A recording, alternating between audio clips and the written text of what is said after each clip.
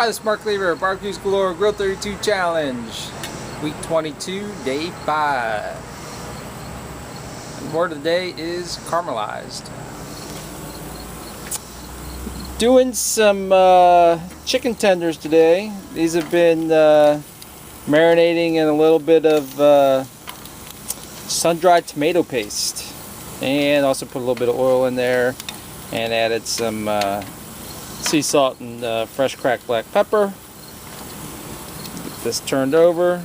Got my left-handed tongs again today for some reason.